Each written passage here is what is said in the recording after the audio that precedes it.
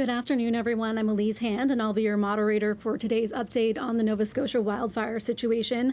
Joining us today are Premier Tim Houston, Dustin Enslow, Deputy Warden of the County of Annapolis, from the Department of Natural Resources, Jim Rutherham, Director of Fleet and Forest Protection, and Scott Tingley, Manager of Forest Protection.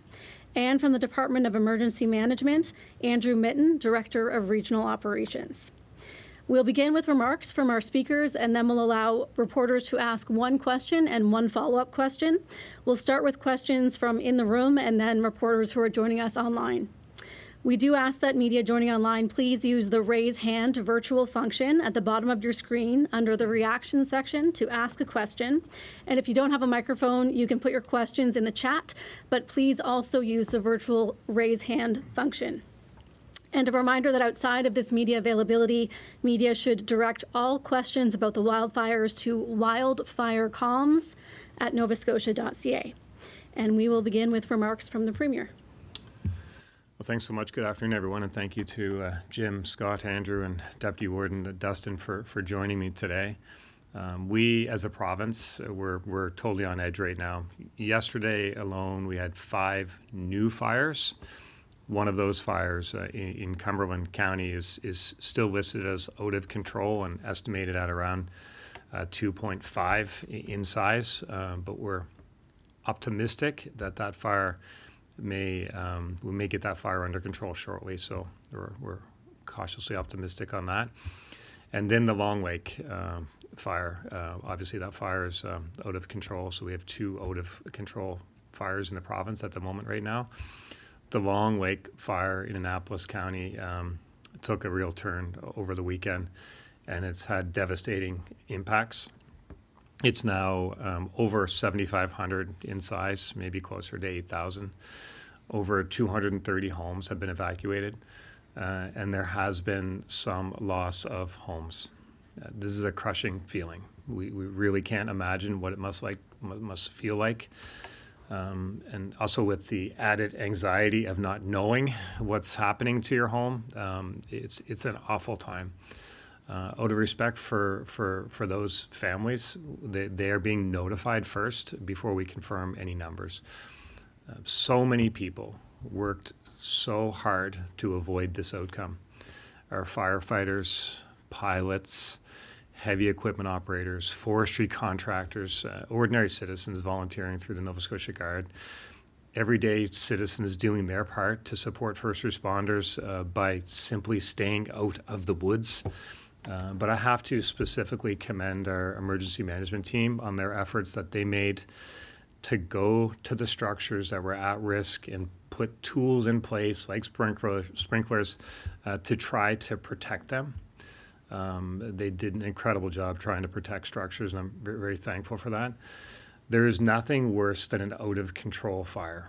And I know this is a scary time, particularly for those people who live in the valley. I've seen some of the images of this fire taken at nighttime, and it's pretty breathtaking, actually. So I know that it's an incredibly scary time for people who are also being exposed to incredible amounts of smoke. But I want you to know that we're doing everything we can as a province to help.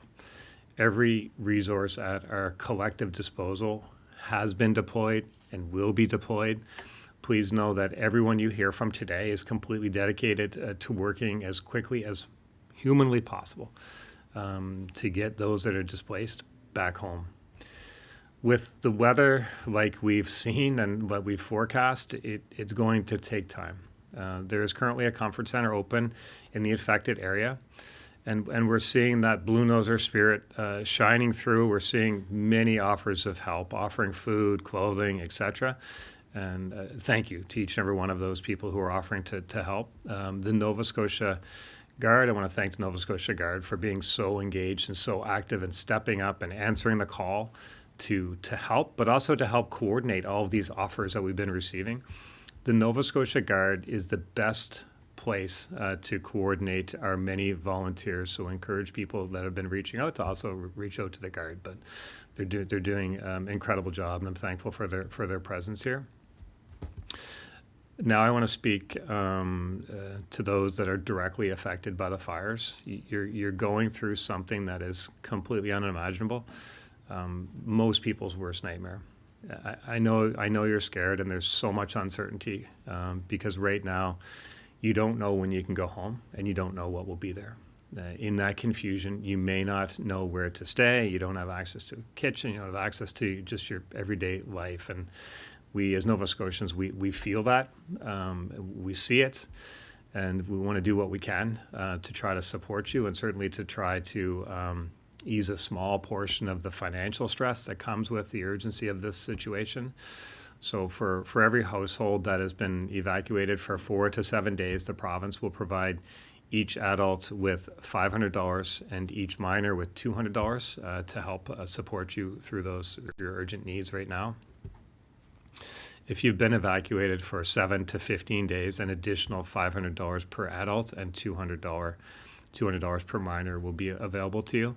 To get this support, please register with the Red Cross, and that's www.annapoliscounty.ca.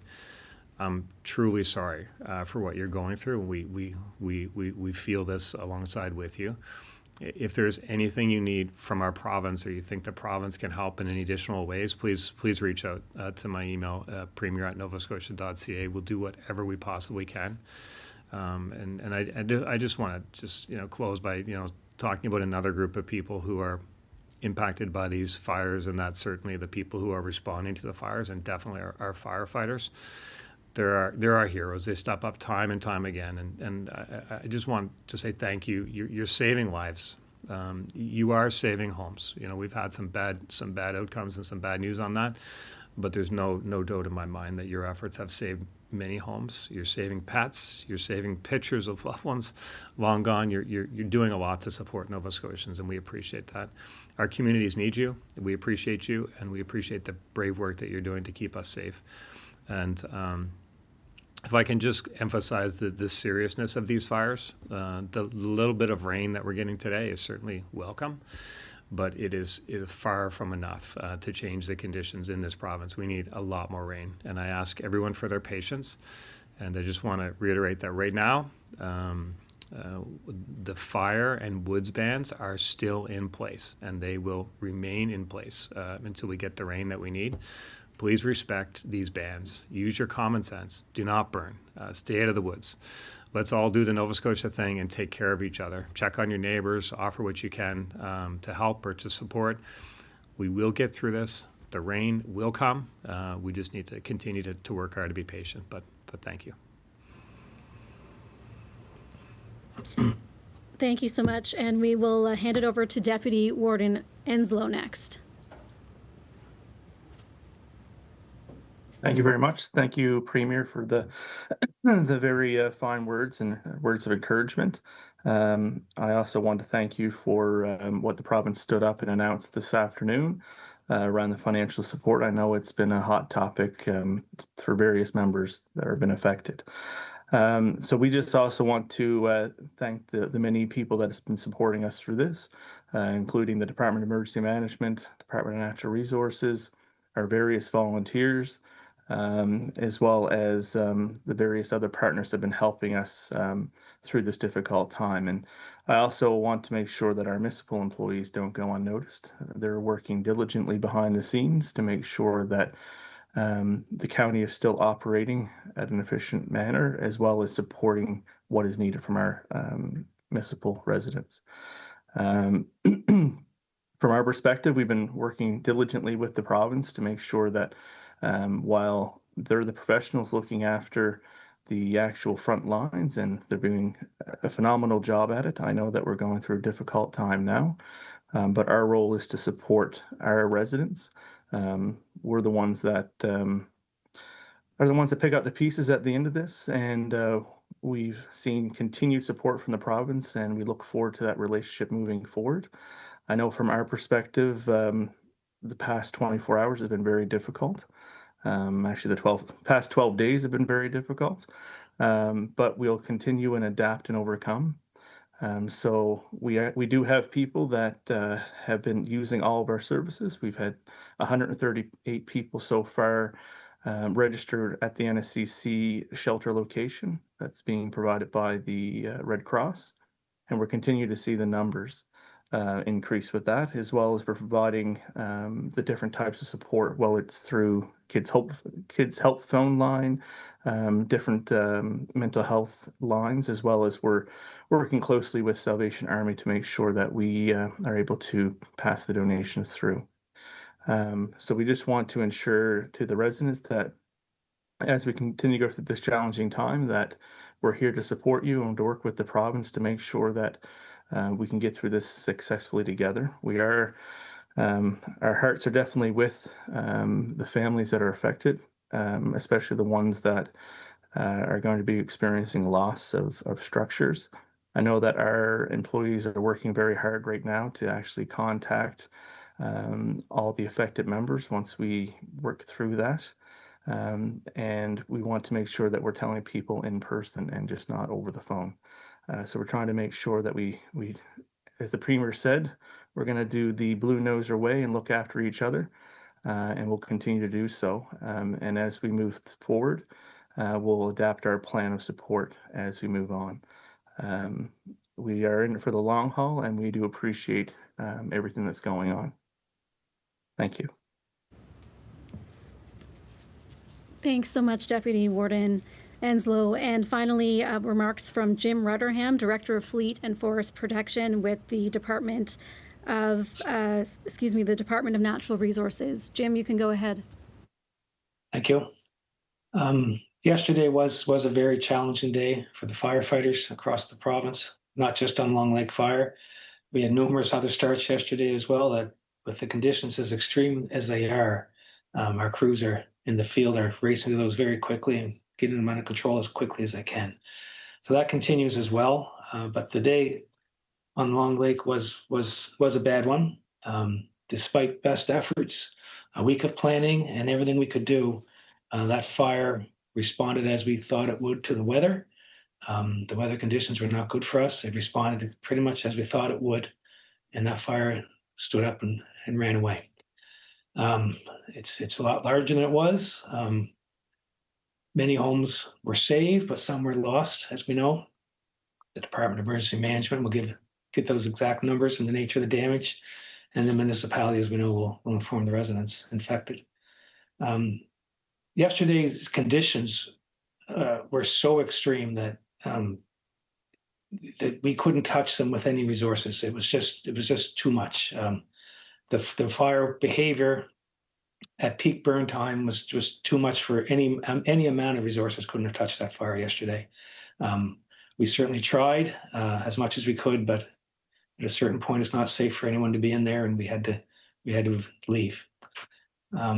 Today's rain, as the Premier mentioned, will help. We'll take any amount of rain we can get, but it's not enough. It won't be enough to bring this fire under control or to remove any restrictions we have in the province right now. So it is a stressful time for all of us fighting this fire. I said yesterday, and I'll say again, my heart does go out to the residents that are evacuated and now some that have lost. I can't imagine how they must feel. So it is a difficult time for all. Thank you, Jim. And we will open up the room for questions to start. And remember, those who are on Zoom from media, feel free to raise your virtual hand, and we will get to your question after we answer questions in the room. So anybody in the room have questions for our panel? Are you considering triggering a state of emergency to get more federal help for the wildfires? We're always looking at those types of things, but I think the mutual aid system that we have across the country has obviously been very, very effective in this instance. Sometimes we're sending resources places, sometimes we're the beneficiary of those, and we've seen that over this fire season. We're in constant discussions with the federal government. We have opened up some access points already, but we'll continue to assess. There are evacuees staying at the NSCC. So what's the plan with school starting next week? How long will it continue to be used as a dormitory for evacuees? Yeah, we're in those discussions with the NSCC at the moment. Obviously, we know school is on the horizon here. But right now the priority is supporting the evacuees and getting this fire under control. But we'll have those discussions with the NSCC as we get closer. And when the fire started, there was concern about a nearby communications tower. Is that still a concern, and how close is the fire to that tower? Yeah, I think maybe Scott or Jim may be able to speak to that, but I know certainly in the early days there was a lot of fire guards built around critical infrastructure in certain areas, but they could speak specifically to maybe one of you guys speak to the tower situation and some of that infrastructure in the area. Yeah, I believe Andrew could answer that one for us. Yeah, I can. So we do have a communications tower there that's owned by the province. The first couple days of the fire, we knew that there's going to be some risk towards it. So we had the structural protection crews supported by the volunteer fire departments to go in and do some clearing around that and some manual hydration around that tower. And it's still there and functioning. Andrew, any other questions from in the room? Go ahead. How the province will support evacuees who have no home insurance? Those who have no home insurance. I mean, we'll have to see what the situation is there. But right now, these supports we've announced today are just trying to get people through this period of time. I have another question, maybe for natural resource. With the rain forecast for today, are we still talking about the extreme firefighting conditions? Yes, we are. This rain will help for today a little bit, but we are definitely still have extreme conditions. We need a good steady rain for days to make a real difference here. That's where we are. Okay, thanks. Go ahead. So there's now financial assistance for those who have been evacuated. Will there be a similar program for people who have had their houses damaged or if they've lost their homes? We'll have to assess that, but in most cases, people would have insurance. But we'll have to see what we're looking at when it's all said and done. We'll go to our reporters who are on Zoom. So we'll start with Nicola Seguin from CBC. Go ahead. Hi, thank you. Is there any concern about further evacuations or more homes that could be lost today or in the coming days? I think maybe Jim, you want to expand, but we're in a very difficult situation with this fire in particular, but across the province with the conditions. So if we need to evacuate people to keep people safe, then we certainly will. But the growth of the fire yesterday is something that was pretty remarkable, and we're concerned about that going forward. But Jim, I don't know if you want to elaborate on the concerns of what may happen with this fire over the next few days. Yeah, your Premier is right. Of course, this fire is still out of control, still active. We'll still try to fight it, but it does have the potential, again, with the conditions we have in this province and with the weather as it is, still has the potential to do that again. So things could happen. We're watching it very carefully, trying very hard. Okay, thank you. And Premier, just 2 years ago, we lost more than 200 homes. How does it feel to be kind of going through that again? I think the emotions that I feel are certainly felt by the team that are on the ground and by all Nova Scotians. Really, it's an awful situation to know that fellow Nova Scotians are losing their homes and in some cases everything. And it's I think as Premier, I feel it very, very personally, but so do the firefighters who are out there working so hard, and the pilots and the forestry contractors that are trying to get in front of it, the people working the heavy equipment. There are people that are working in situations where they can feel this tremendous heat, and we know that their own personal safety, is something that we watch, but they're doing everything they can, and it's an awful feeling, an out of control fire. It's just an awful feeling. You have so much that is, the fire is out of control, but there's so much that's out of our control. we actually need the weather to cooperate. We need the winds to cooperate. We need some rain. So there's just so much unknown and uncertainty. But it's an awful feeling. It's a really awful feeling. Okay, we'll go to Aaron Beswick with the Chronicle Herald. Aaron, go ahead. Hi, Premier Houston. As you well know, the weather, it's dry throughout the entire province right now, but Nova Scotia gets varied weather throughout it. If areas get more rain and, the fire risk rating becomes lower in other areas of the province, would you consider variating the order to the Woods Band order, by county or by regions of Nova Scotia, or will the entire province continue to be held by the worst denominator in terms of fire conditions?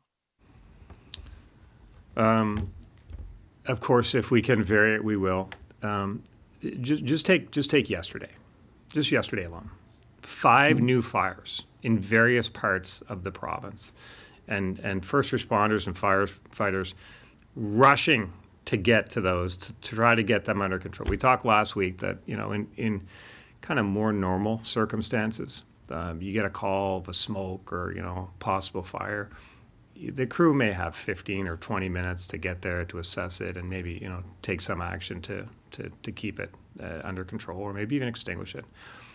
It's not 15 or 20 minutes right now. It's 2 or 3 or 4 minutes. And sometimes it doesn't matter if you're standing right over top of it. That fire could stand up and run away. So we have awful situations. We have people trying to respond and get these fires under control. And then at the same time, what if we have a fire somewhere and we find out there's people hiking in there, and we got to try to get them out of there. So look, I know people want to go in the woods, but there's a whole bunch of other people that just want to keep everyone else safe and protect homes. If we can safely get people in the woods because we get a bunch of rain, then absolutely. There's nothing more. I can't wait for the day we can come up here and say, good news, the bans are over. Please enjoy yourself. But in the meantime, right now in this province, there are people that somebody is coming to visit to tell them your house is gone. You've lost everything. So I get that there are people who love to go for a hike. I kind of like to go for one myself, to be honest. I understand that. But we are trying to keep people safe and keep structures safe. When we can amend the order, we'll be happy to do it. It's not today. Okay, thank you. Thanks, Aaron. Keith Doucette with the Canadian Press. Hi, thanks. A question for Jim or for Scott. We talked on the weekend, on Saturday, actually, and if my math's right, this fire more than doubled in size in a 24-hour period. I wonder if you can just tell us how that happened. Was it a matter of, obviously there were winds and it was dry, but did the fire move in areas where you had breaks and it just jumped them, or did it go to areas where you hadn't had a chance to perhaps construct some breaks? And just maybe describe exactly how it doubled in size practically overnight. Yeah, I can talk to that. So it did jump breaks that we worked very hard to build, but we don't know how long it took to jump those breaks. So the breaks held, but imagine yesterday there was about 6 hours of, we call it peak burn time, and that's when that fire was very active. The breaks probably held for quite some time before they finally went over. So it could have been larger, but that's what happened. The fire moves. It moved around. Pretty much the whole perimeter grew a little bit, but some parts grew obviously worse. The part where the winds were pushing it. But it was just so dry. The winds were pushing that fire along. That's how it grew so fast. That we had very heavy winds and it was very dry, and that's what happens. And then maybe for Scott, what's the most concerning direction right now in terms of where it's burning most intensely, or is it just the entire fires like that? That'll be a constant assessment against the forecasted weather. Like Jim and the Premier mentioned earlier, we have favorable conditions today with cloud cover, and there's some light rain reported in the area. Hopefully we'll get more, but it'll be constantly measured against basically the wind direction and any drying that we have this week. So today is a favorable day. So just it's going to depend which direction the wind's coming out of, but we're dealing with a very large fire. It was already a large fire. So all areas are going to be of concern in terms of containment. And obviously priority and focus will be on where there are values at risk, and particularly homes and infrastructure. Thank Right, you. thank you. We'll go to Sheldon McLeod with MBS Radio next. Thank you. Scott, if you may, could you perhaps explain to us what is going to be happening for the on-the-ground firefight? If some of the berms or areas or fire breaks were breached, what is the plan for today and tomorrow? Crews were in there at daybreak again this morning. They grouped together last night. They had a huddle, assessed the changes and the impacts and got together on a new plan. And they're back in there trying to put brakes in again and put water on this fire and try to contain it. So they're back in there where it's safe and just getting back at the fight. For a follow-up, what can you tell us about the air assets today? There's low cloud, so the fixed wing aircraft we'll wait to see. They weren't going to be flying this morning, but likely have some helicopters overhead, and we have all the same assets in the province, and we'll keep them here, for the foreseeable. Thanks very much. Natasha O'Neill with City News. Hi, I had just a clarification question mostly. I think the Premier said in his remarks that about 230 homes were evacuated, but I did just get a release from the province saying 330. Can we just confirm the number, please? Yeah, I can speak to that. So there was originally 100, and then an additional 230 last night with the expanded area, which is the 330 in total. Okay, perfect. Thank you. I'm hoping to ask about the tactics around homes. There's a photo that was released by the province that shows the communication tower and scarred land all around it. I'm just kind of wondering if the material of the homes perhaps was part of the reason why some of them were lost and the communication tower still is standing. Yeah, so there's a bunch of varying factors that go into that, and a lot of it has to do with the materials on the homes, materials around the homes, vegetation, as well as topography that play into that. Okay, thank you. Thanks, Natasha, and thanks, Andrew. Richard Cuthbertson with CBC. Oh, hi there. It was mentioned earlier, and I think I have this right, that the extreme conditions yesterday meant you couldn't touch the fire. I'm wondering if you could just be a little bit more precise. What exactly about those conditions meant you couldn't touch the fire? And what does touching the fire mean in practical terms? Yeah, so that means if you were to put water on it, there was no effect. It was just too powerful, too strong. You couldn't get near enough to it regardless. But even if you had, the biggest water bombers in the world yesterday, when it was at its biggest point, dropping water on that fire, it wasn't making, you couldn't touch it. That's what I mean. That's just the term we use. It just wouldn't affect putting that fire out. Right, that's helpful. Another question, just dealing with the sprinklers that were deployed about a week or so ago, I think, in that sort of West Dalhousie Road area. Are those still there, or were those sort of pulled back and deployed on homes a little bit further away? Yeah, no, all the sprinklers are still there and operational. We actually have crews up there today that are maintaining those, making sure that they're still up and running. I know when they were up this morning, when we left last night, there were pumps going, and those pumps were still going this morning. Thank you. Jason Malloy with Annapolis Valley Register. Good afternoon, guys. Families in Annapolis County received unimaginable news today. There's a lot of uncertainty in the community. I asked one evacuee what he would ask the Premier if he had the chance, and this was his reply. Is anyone going to give us any kind of hope if we have to rebuild that we're not going to be alone? So I guess that's my question from one of the evacuees to you, Mr. Premier. Yeah, thank you. And I can only imagine the emotion of that exchange, because you have the anxiety of the not knowing what happened to your home, and then if your home is severely impacted, what are you going to do? This is an awful feeling, and as a province, I mean, we'll do what we can to support people.